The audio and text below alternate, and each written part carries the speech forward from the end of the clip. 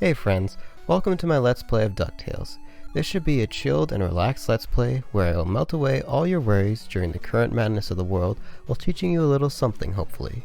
In today's episode, I hope to discuss moralizing and cancel culture and how to work on not taking part in them.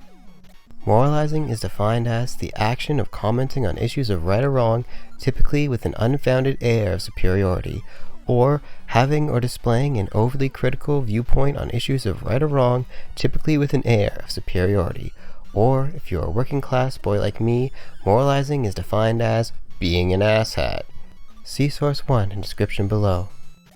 Moralizing is an important concept to understand, and for a more real-world application of it happening, close your eyes and picture with me, you are in a group of people your age for a social gathering, when Stacy, who's been dating one of your longtime friends, Brad, shows up without him, and Efren, after greeting Stacy, asks her, "Where is Brad?"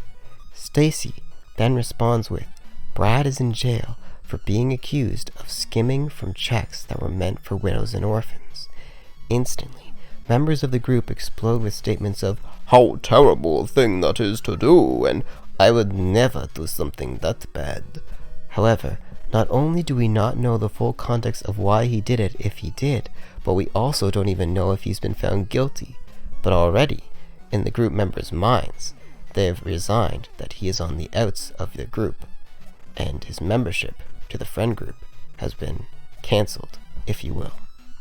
Moralizing exists because we have an expectation of what our celebrities, YouTubers, and other people have to be the air quotes, good people, and air quotes.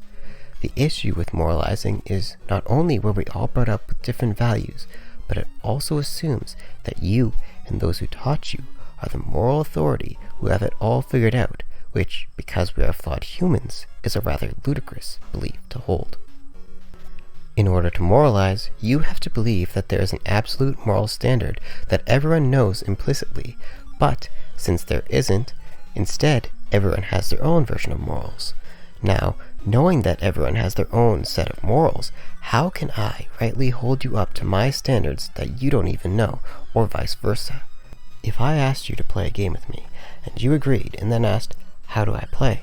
and I refused to tell you and made you just play the game not knowing the rules, goals, and etc., how would you stand a fighting chance to win? Such is the same with moralizing. How can people live up to expectations when they don't even know what those expectations are? And with this unfair footing comes cancel culture. Cancel culture, or online shaming, is the act of trying to take away the clout or platform that online personalities had, usually as a result of someone coming out with an exposing video or statement showing said online personality to be, air quotes, morally questionable, end air quotes. See sources 2 and 3 in the description. The act of canceling someone is making them unable to continue on with whatever it was they were doing beforehand on internet platforms like Twitter and YouTube, using methods such as death threats, harassment, massive disliking of their YouTube videos, trying to get strikes on their YouTube videos to get them and their channels taken down, and massive attacks on Twitter pages to get them temporarily or permanently muted or completely removed altogether. And most of this is done before we even have proof of said accusation's truth, or the other party has a chance to defend themselves. Sometimes cancel culture also just has no real objective in and of itself, other than to just give people a target to vent all their anger and frustration on, with their own lives, onto a source that the internet tells them deserves it, even at the expense of that person. Cancel culture has negative effects on society because it seeks to divide us into us versus them mentalities, where we are the, air quotes, good people, end air quotes, and we won't let the, air quotes, bad people, end air quotes, be able to continue their way of life or be able to acquire the means to continue existing.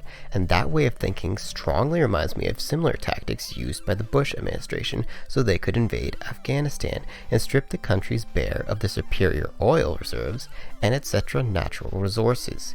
They used the admittedly horrible terrorist attack of 9/11 to justify the murdering of thousands of civilians from Afghanistan during the following war to the present day, while telling the American people, "It's okay guys, they aren't people, they are terrorists, so it's okay to kill them and a few civilians in order to bring them freedom and justice." See source 4 in the description below.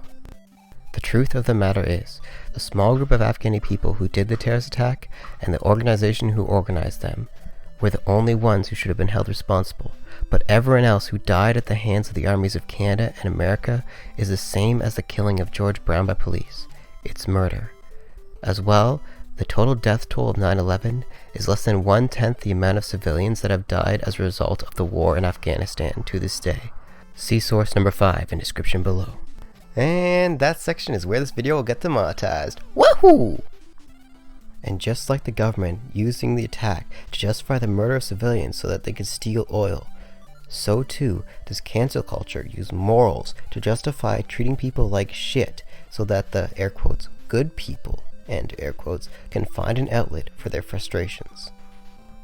All these ideas of good and bad people are a concept that only exists in our minds, created for us to be distracted from the people who on a day-to-day basis hurt the working class and the lower classes the most. Cancel culture is a result of moralizing what other people, whether online personalities or in our person-to-person interactions, should or need to be. And when people aren't what we expect them to be, it hurts us, and we react both defensively and rashly, causing some unfixable damage to our relationships. Our morals are a result of our upbringing, affecting what they are, but us moralizing on others is a direct result of our society directly influencing us to be in direct competition with others, and is just another way that can make us feel isolated and powerless. For now, I can work on myself, not expecting people to be some moral being that aligns with my own morals, and when others don't align with my own morals, they aren't bad just because of that always. I can also prepare for the future by focusing on when the next Twitter storm happens trying to cancel someone. I can firstly, not take part in the destruction, secondly, patiently wait for the other side of the story, and finally, do what I can no matter how badly I'm demonized for it, to try and stop the flow of hatred from cancel culture. Nothing positive can come from cancel culture.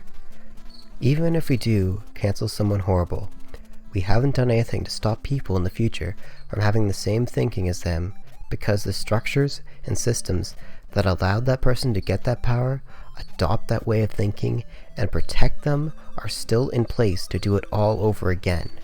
Yes, we gave a cautionary tale to people, but the societal structures that cause people to think they can get away or get ahead by treating others like garbage will still exist.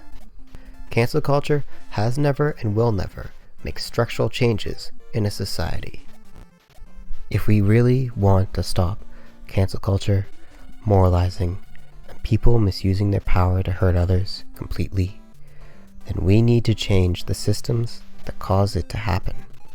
Cause people to get ahead by mistreating others, protects those in power who are hurting others, and causes us as humans to be in constant competition with each other. And to do that, well, we need to end capitalism. Goodbye, friends.